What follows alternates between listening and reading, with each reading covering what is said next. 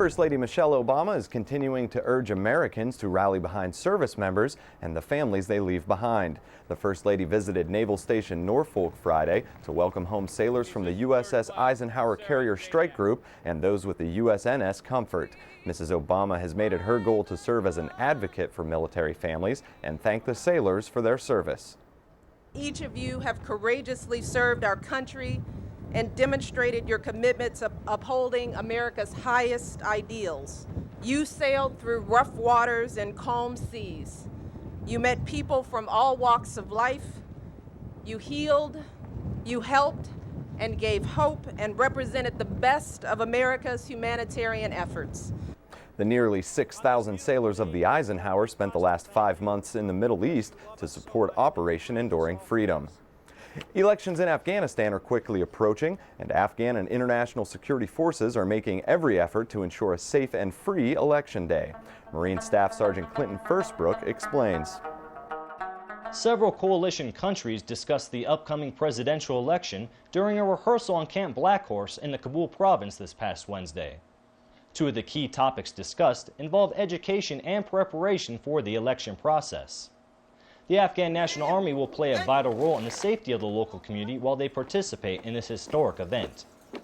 Colonel Kenneth Braddock, Regional Police Advisory Commander, explains why this event is important to the Afghan people.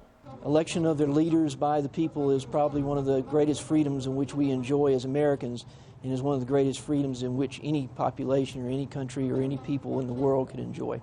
Colonel Braddock also said the rehearsal resolved some security concerns, and he hopes their efforts will result in a safer election day for the Afghan people. Reporting for the Pentagon Channel, I'm Marine Staff Sergeant Clinton Firstbrook. The commander of U.S. and NATO forces in Afghanistan says he's concerned about the Taliban's growing presence in northern Afghanistan. General Stanley McChrystal traveled to the northern province of Kunduz Thursday to meet with German troops and local Afghan officials. He was given a short tour and looked at the unit's armored trucks as well as a German unmanned aerial vehicle. General McChrystal emphasized the campaign in Afghanistan will require patience and risk.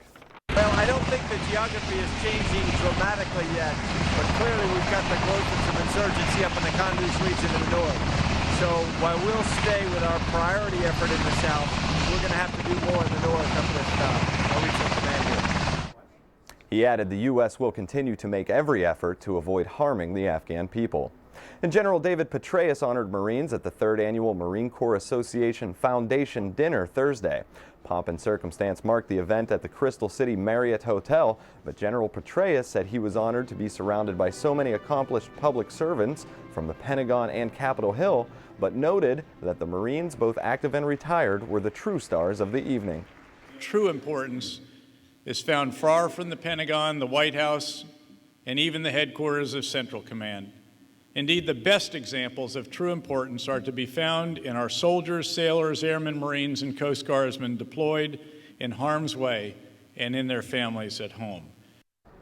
General Petraeus also says the sacrifice and challenges of Marine life is what attracts even more new recruits each year.